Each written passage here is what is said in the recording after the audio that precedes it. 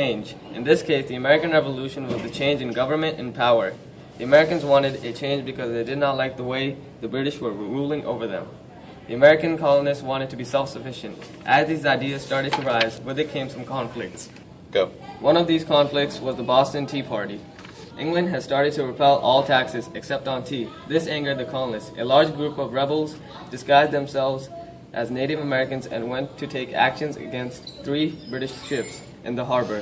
This is what was called the Boston Tea Party. When these rebels poured 18,000 pounds of tea into the harbor, this showed the colonists rebelling against the British and not wanting to follow their rules.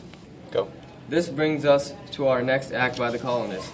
By now it was clear that the colonists wanted independence, so they made a document saying why they wanted this independence. This document was called the Declaration of Independence.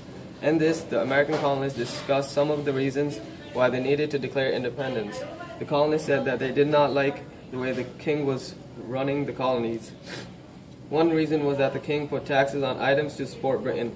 These taxes wouldn't help the colonists at all. Another reason was that the American colonists could only trade with the British. This limited their trade, which the colonists were not happy about. So, in the Declaration of Independence, the colonists expressed how they felt about British rule, and this was a main event before the war. Go. When the war actually started, many battles took place between the Americans and the British. One of these battles was the Battle of Trenton. During this battle, Washington led 2,400 men in a fierce storm to Trenton, New Jersey, held by the Haitians. With the storm, the Haitians thought there was going to be no attack, so they had drunk too much rum. In a surprise attack, the Americans killed 30, took 918 captives, and 6 Haitian cannons. So the Americans had clearly won this battle, but 8 days later, they won again in Princeton. These victories gave the Americans more confidence and hope. Another major battle during the war was the Battle of Saratoga.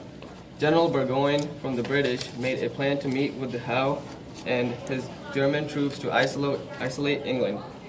Burgoyne set out with his troops and to meet with Howe. On the way, Burgoyne lost several hundred men every time he met with the Americans. Burgoyne never realized that Howe was preoccupied in Philadelphia and wasn't coming to meet him. When Burgoyne got to Saratoga, mass amounts of American troops surrounded him and forced him to surrender.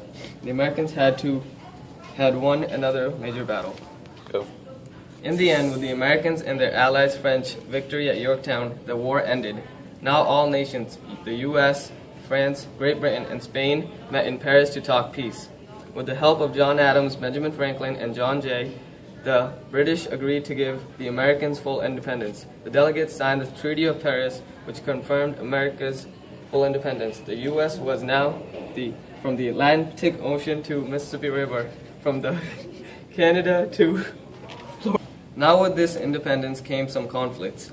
First of all, revolutionary ideas started to emerge. The idea of egalitarianism, which wanted all white males to be equal, no matter if they were rich or poor. Also, the Americans set up their government with the Declaration of Independence. Now the Americans were fully independent and self-sufficient.